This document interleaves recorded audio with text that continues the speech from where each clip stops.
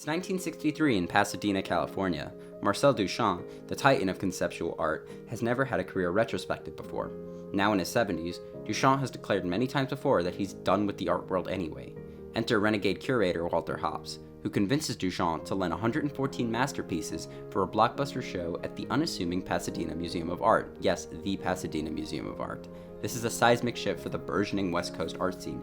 Irreverent and unconventional as ever, Duchamp is thrilled, but the real impact, the influence it would have on the next wave of American artists and art movements of the 1960s and 70s. The 1963 opening is a star-studded affair. Ed Ruscha, Billy L. Bankston, Robert Irwin, Larry Bell, Joe Goode all suited up alongside movie star Dennis Hopper and the enigmatic Andy Warhol. Unexpected, cheeky, profound, it's a quintessential Duchampian moment forever etched in art history. You can watch the full film, Duchamp, The Art of the Possible, now on Apple TV, link in the description.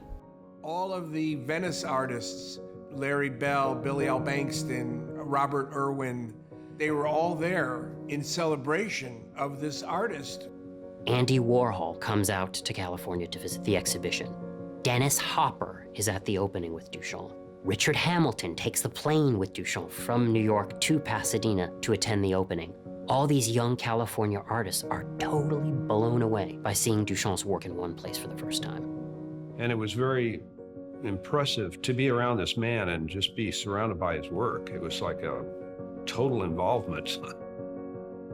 Most exhibits were original oil paintings on walls or sculpture standing aside. His was oddities in curiosity boxes and vitrines and encasements of glass that had strange objects in them, and each one of them seemed to somehow go back to this history that he had of unconventional approach to art and a sort of a waking up to the idea that there are all kinds of things to look at in the world that you could nominate to be art. When Duchamp has his first retrospective, lots of artists, but also critics and others, notice the existence of the ready-mades, acknowledge their art status. In the 1960s, Arturo Schwartz made an edition of them. Duchamp never had in mind to keep these things. He just chose them, used them for some time, and then they were lost. So we had to work on the basis of the photographs of the original. We went to a craftsman, gave him the photographs, and recreated them, which were signed and numbered by Duchamp in 8 copies, plus 2 to be given to 2 museums, and 2 which were one for him and one for me. So Duchamp really very quickly goes from being this very obscure figure that people remember but aren't really, that familiar probably with what he did, to all of a sudden being the father of all of these movements. If a snow shovel is a work of art, then anything can become a work of art.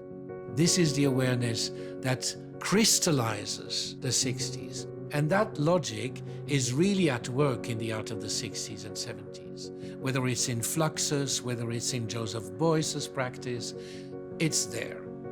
The freedom the artist felt because of Duchamp's own freedom in choosing a common object and elevating it to the rank of a work of art, I think influenced the whole century. Modern art would have been completely different without his momentous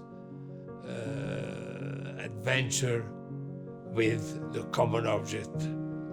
The ready-made was really singularly important because it showed within modernism the escape from modernism.